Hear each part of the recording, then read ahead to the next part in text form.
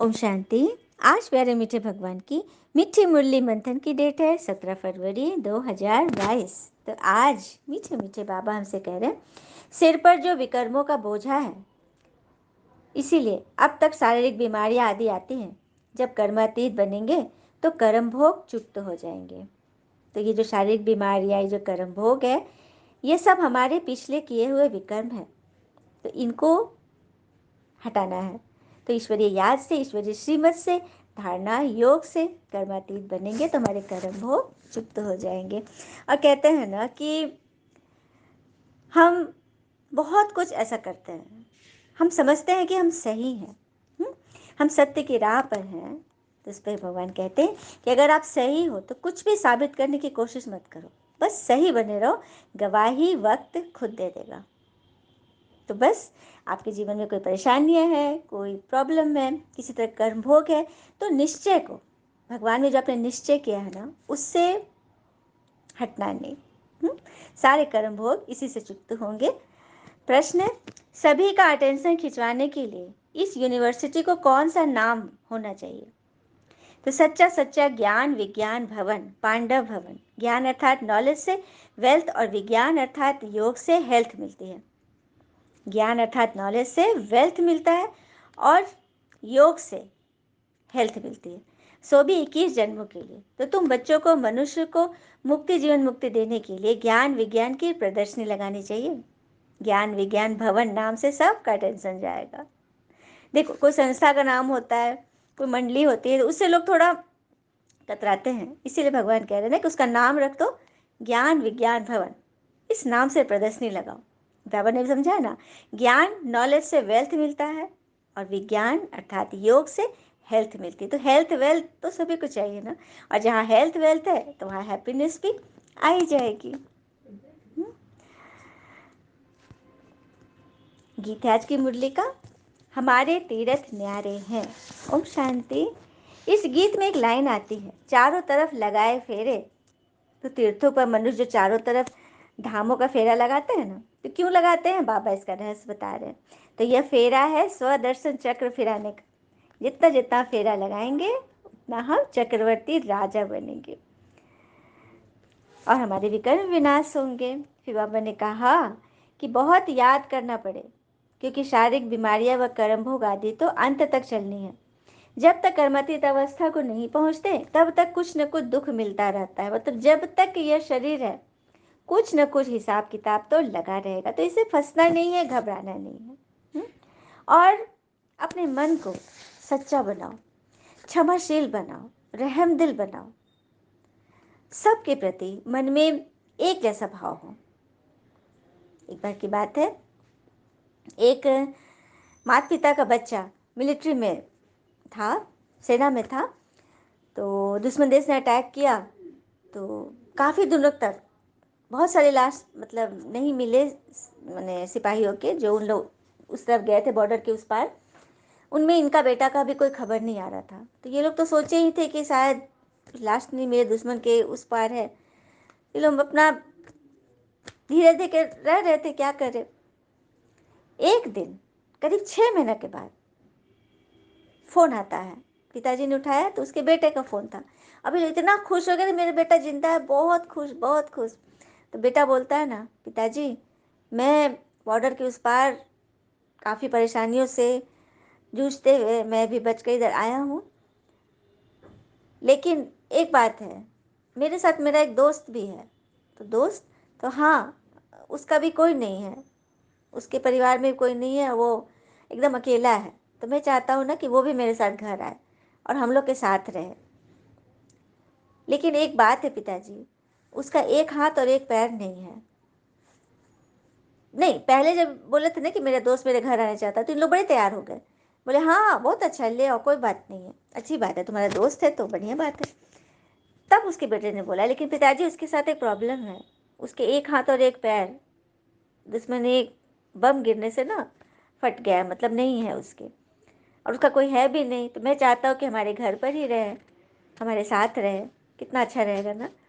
तो अभी जो माता पिता बहुत अच्छे से बोल रहे थे कि ले आओ कोई बात नहीं, लेकिन अब वो लोग थोड़े चुप हो गए। फिर थोड़ा सोच कर बोले कि बेटा मतलब क्या उसको यहाँ लाना जरूरी है? तो उसको जो मदद होगी ना, हम लोग समय समय पर देते रहेंगे। बेकार में यहाँ आकर एक बोझ जैसा फीलिंग होगा ना बेटा, वो तो कुछ कर नहीं सकेगा। तो ऐसा करो ना, उसको वही रहने दो, तुम आ जाओ। बेटे ने सुना, उसके बाद फोन कट कर दिया। और इन लोगों के पास तो फ़ोन नंबर भी नहीं, तो कहीं से वो अचानक से फ़ोन किया था। वे लोग फिर परेशान, क्या हो गया, क्या हुआ बेटा, फ़ोन कट गया, लगता है कि कैसा माहौल है, क्या है। कुछ दिनों के बाद, करीब 10 दिन के बाद, किसी आदमी का फ़ोन आया इनके पास कि आपके बेटे की लाश फलना जगह मिली है, आप लोग यहाँ पे इस पते पर आ जाइए। ये लोग गए वहाँ, तो देखा लाश पे कपड़ा डाला हुआ था, ढका हुआ था। लेकिन जब उन्होंने हटा कर देखा, तो लाश को देखकर इन दोनों के, मतलब क्या बोलेंगे ना, आंखों पे अंधेरा छा गया। क्योंकि उसके बेटे की लाश पर एक पैर और एक हाथ नहीं था। तो देखा, उस उनका बेटा अपने बारे में नहीं बताया, एक दोस्त का उदाहरण देकर कहा। लेकिन जब पिताजी ने ये कहा कि बेकार में बोझ बन जाएगा, हम लोग उसकी मदद करेंगे, क्यों किसी दूसरे का इतना मदद करना, तो ये बात उसके दिल को चुभ गई। उसको यही लगा कि जब किसी और के बारे में ऐसा सोच रहे हैं, तो मैं भी तो अपने परिवार के लिए बोझ ही होगा ना। ये बात है, और इतना दुख हुआ कि वो फिर अपनी जान ही दे दिया। क्योंकि जब माता पिता ही ऐसा बोलेंगे, तो फिर कहाँ जाएगा वो। तो प्यार कोई दिखावा की चीज़ नहीं है। प्यार तो बस प्यार होता है। प्यार में सिर्फ देना होता है, लेना नहीं। तो इस तरह से हमें अपने मन को इतना संभाल के रखना है। दुख मिल बोला ना, अभी अंतिम समय तक कुछ न कुछ होता रहेगा, तो घबराना नहीं। जब प्यार के सागर हमारे साथ है, तो फिर डरने की क्या बात है। फिर बाबा ने कहा, ये ब्रह्मा कुमार कुमारी कोटों में कोई ही बनते हैं, इसमें भी कोई सुनंती कथनती भागंती हो जाता है। तो यहाँ गरीब साहूकार व बीच वाले सभी हैं, मतलब मीडियम भी है, गरीब भी है, साहूकार भी। पर साहूकार तो जल्दी उठते ही नहीं। फिर बाबा ने आगे समझा दिया कि इस ज्ञान में यज्ञ में अनेक प्रकार के विघ्न पड़ेंगे, बहुत अत्याचार होंगे, कामेशु क्रोधेशु है ना, श्रीमत पे चलेंगे तभी श्रेष्ठाचारी बनेंगे। मतलब काम विकार से बहुत तरह की प्रॉब्लम आएगी, क्रोध का भी सामना करना पड़ेगा, तूफान अनेक आएंगे, लेकिन घबराना नहीं है। फिर बाबा ने कहा, अभी तुम राज्य लेते हो योग बल से, रावण का खात्मा अभी होना है। संगम पर असुर वसुर दोनों हैं, मतलब यही पर तो धर्म और अधर्म पक्ष के बीच में ठनी हुई है। तो मैला पानी और सफेद पानी दोनों दिखेगा, उन्हीं का ये संगम है। फिर बाबा ने कहा, जो बच्चे अपने को त्रिलोकीनाथ त्रिकालदर्शी समझते हैं, वह तो दूसरों को आप समान बनाने में बिजी होंगे। तो सभी धर्म वालों को निमंत्रण करना चाहिए। अच्छी अच्छी बच्चियां मैदान में आ जाए तो बस सबको सिखाते ही रहे। भले कोई गाली भी दे तो घबराना नहीं, फंसना नहीं, क्योंकि गालियां तो संगम पर खानी ही है। भगवान ने कह दिया, जब ईश्वर यहाँ पे हमारे से हम इतना ग्लानि कर रहे हैं, तो हम बच्चे, हम तो एकदम साधारण है ना। इसीलिए बिल्कुल भी घबराना नहीं है, और किसी बात का अफसोस नहीं करना है। क्योंकि कहते हैं ना कि बिना संघर्ष अहंकार उसी को होता है जिसे बिना संघर्ष सब मिल जाता है। जो अपनी मेहनत से अपने लक्ष्य को हासिल करते हैं, वही दूसरे की मेहनत की कदर करना जानते हैं। तो हमें कुछ भी हो जाए, अपने मन में अपने गुणों के लिए या अपने दर्द के लिए, दर्द को भी ले लेना, किसी बात की क्यों क्या में जाना भी अहंकार है, दे अभिमान, उससे हमें बचना है।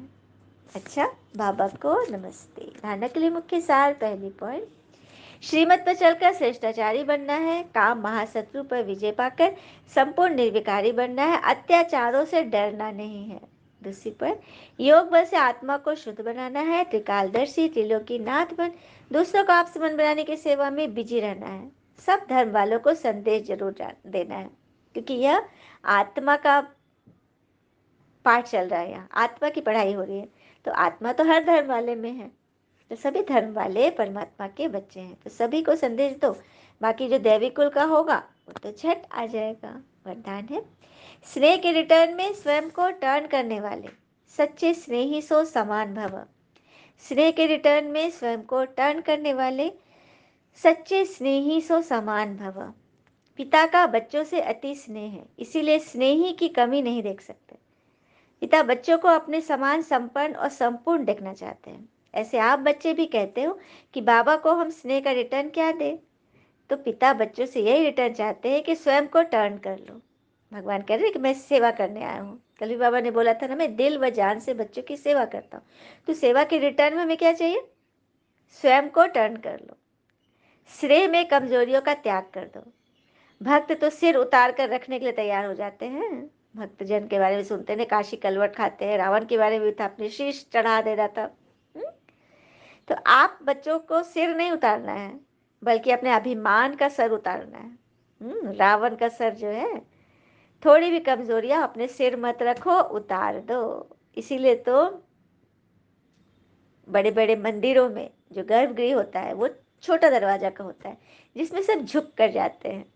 क्यों है ये? कि अपने अभिमान का सर नीचा करके गए, अकड़ नहीं रहती वहां। स्लोगन: हर कर्म करते साक्षीपन की सीट पर हो तो आपका समय व्यर्थ नहीं जाएगा। और पिता आपका साथी बन जाएगा। क्या बात है! हर समय साक्षीपन की सीट पर हो। ड्रामा की सीन, समझो कि यह ड्रामा चल रहा है। अभी था ना कि आप सही हो तो कुछ भी साबित करने की कोशिश मत करो, बस सही बने रहो। गवाही वक्त खुद दे देगा। अच्छा, ओम शांति। शुक्र मीठे बाबा वो बाबा के प्यारे प्यारे बच्चे। और एक जाते जाते एक और बात है, आदमी की जो आजकल मनोवृत्ति जो हो गई है, मन की सोच, आदमी भगवान से लाखों करोड़ों का चाहना रखता है, बस हमें चाहिए चाहिए। लेकिन जब मंदिर जाता है तो जेब में सिक्के ढूंढता है। तो भगवान को हमारी भावना चाहिए। भावना सही हो तो फिर हर काम में सफलता मिलेगी। अच्छा, ओम शांति। शुक्र है मीठे बाबा, वो बाबा के प्यारे प्यारे बच्चे। थैंक यू बाबा। All is well always. ओम शांति।